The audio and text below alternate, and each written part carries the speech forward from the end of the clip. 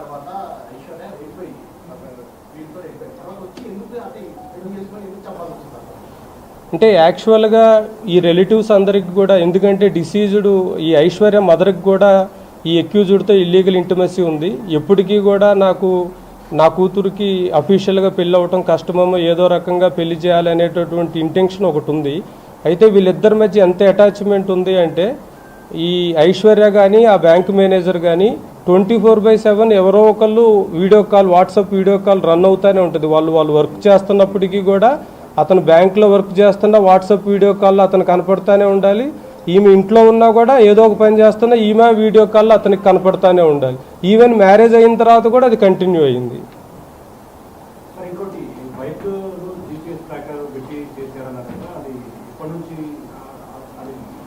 అంటే ఇనీషియల్గా ఫస్ట్ వీళ్ళు నార్మల్గా ప్లాన్ చేయాలని చూశారు. బట్ ఏమైంది అంటే ఎప్పటికప్పుడు అతని లొకేషన్ని చెప్పినటువంటి ల్యాండ్ మార్క్స్ని దృష్టిలో పెట్టుకొని అతన్ని ట్రాక్ చేయటం అనేది కష్టమవుతుంది. కాబట్టి ప్రత్యేకంగా మనం అతనికి ట్రాకర్ పెడితే అతను ఉన్నటువంటి ప్లేస్ ఏ ప్లేస్ అయితే మనకి కన్వీనియంట్గా ఉంటుంది అనేటటువంటి దృష్టిలో పెట్టుకొని చేయటం జరిగింది. సో 2 వీలర్ మీద అనేసరికి ఓపెన్గా అవుతుందని ఒక 4 వీలర్ని హైర్ చేశారు. దానికి కూడా బ్లాక్ ఫిల్మ్లో అతికించడం జరిగింది. బ్లాక్ ఫిల్మ్లో అతికిస్తే మనకి దాంట్లో ఏం చేసినా కనపడదు అనేటటువంటి ఇంటెన్షన్తో చేశారండి.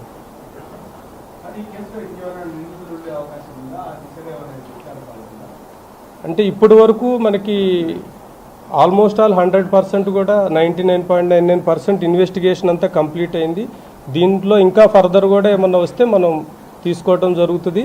అదేవిధంగా సీనియర్ ఆఫీసర్స్ ఇన్స్ట్రక్షన్స్ మీద ఈ కేసుని స్పెషల్ కేసు కింద గుర్తించి మనం జ్యుడిషియరీకి కూడా స్పెషల్ ట్రయల్ చేయమని, ఒక 6 నెలల్లోపే ముద్దాయిలందరికీ కూడా కఠినమైన శిక్ష పడేటట్లుగా ప్రాసిక్యూషన్ కూడా రిక్వెస్ట్ చేయడం జరుగుతుంది.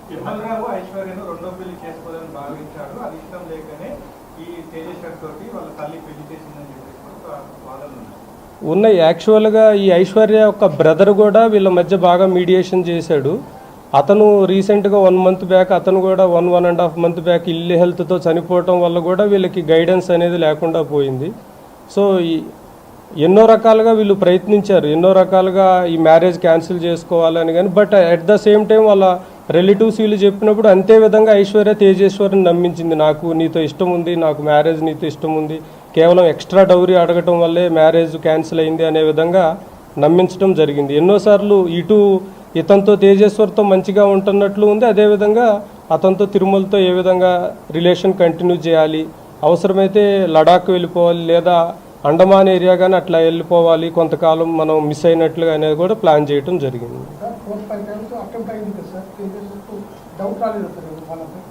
అంటే వీళ్ళు ఈ మర్డర్ కేసులో మెయిన్ ఏంటంటే ఈ సుఫారీ గ్యాంగ్ అందరూ కూడా ఈ తేజేశ్వర్ యొక్క ప్రొఫెషన్ని దృష్టిలో పెట్టుకొని సర్వేయర్ కాబట్టి కొన్ని ల్యాండ్స్ పర్చేజ్ చేయడానికి అన్నట్లుగా వీళ్ళందరూ ఒక ఫ్రెండ్షిప్ డెవలప్ చేసుకోవడం జరిగింది. దానివల్ల తేజేశ్వర్కి ఎట్టి పరిస్థితుల్లో కూడా వీళ్ళ మీద అనుమానం రాలేదు.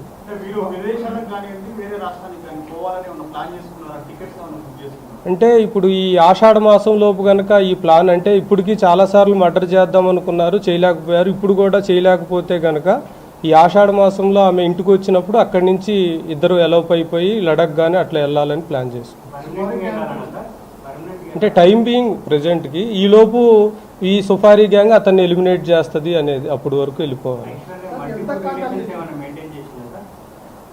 ఇంకా ఆ కోణంలో దర్యాప్తు చేస్తున్నాం.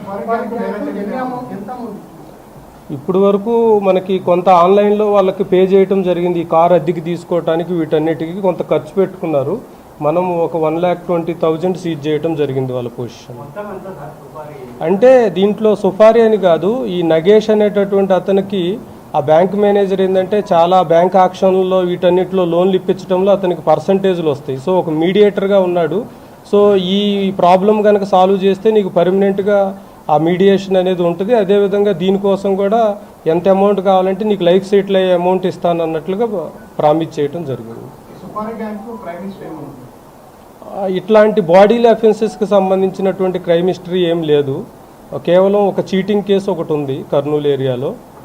సో ఈ ఎంటైర్ ఇన్వెస్టిగేషన్ని సూపర్వైజ్ చేసినటువంటి డిఎస్పీ గారు, అదేవిధంగా Gadwal town inspector Srinu, Gadwal town SHO Kalyan, అదేవిధంగా సర్కిల్కి సంబంధించి rural SI, Dharur SI, Gattu SI. ఎందుకంటే జిల్లా పోలీస్ యంత్రాంగం మొత్తం ఈ కేసు గురించి లాస్ట్ 2-3 డేస్ నుంచి కష్టపడటం జరిగింది. ఎందుకంటే ఈ కేసులో ఉన్నటువంటి ఎమోషన్స్ కానీ, సెన్సిటివిటీ కానీ, కాంప్లెక్సిటీని దృష్టిలో పెట్టుకొని ఎట్టి పరిస్థితుల్లో కూడా ఈ కేసులో స్లాగ్నెస్ అనేది లేకుండా వితిన్ 48 అవర్స్లో ఈ కేసుని చేంజ్ చేయడం జరిగింది. సో గద్వాల్ ఇక అన్ని సెక్షన్స్ వస్తాయి మీకు. ప్రెస్ రిపోర్ట్లో, ప్రెస్ బ్రీఫ్లో అన్నీ ఇచ్చాము. చాలా ప్రాంతాల్లో రోజు ఇంటర్వ్యూ సంఘటనలు జరుగుతున్నాయి. అంటే కఠినమైన శిక్షలు మీరు కూడా చెప్పారు. అంటే ఇలాంటి శిక్షలు అయితే ఇప్పుడు అంటే ఆల్రెడీ ఈ నేరాలన్నిటికీ మనకి కొత్త బిఎన్ఎస్లో సెక్షన్స్ ఉన్నవి. అయితే మేము ట్రయల్ కూడా చాలా స్పీడ్గా జరిగేటట్లు ఇన్వెస్టిగేషన్ కూడా చాలా పక్కాగా చేసి వీళ్ళందరికీ కూడా కన్విక్షన్. ఇప్పుడు అందరిది ఒకటే రోల్ ఉండదు. ఇప్పుడు మనకి A7, A8 ఎవరైతే ఉన్నారో ఈ తిరుమల యొక్క ఫాదర్ కానీ, ఐశ్వర్య యొక్క మదర్ కానీ వాళ్ళకి మర్డర్ కేసులో డైరెక్ట్ ఇన్వాల్వ్మెంట్ లేదు.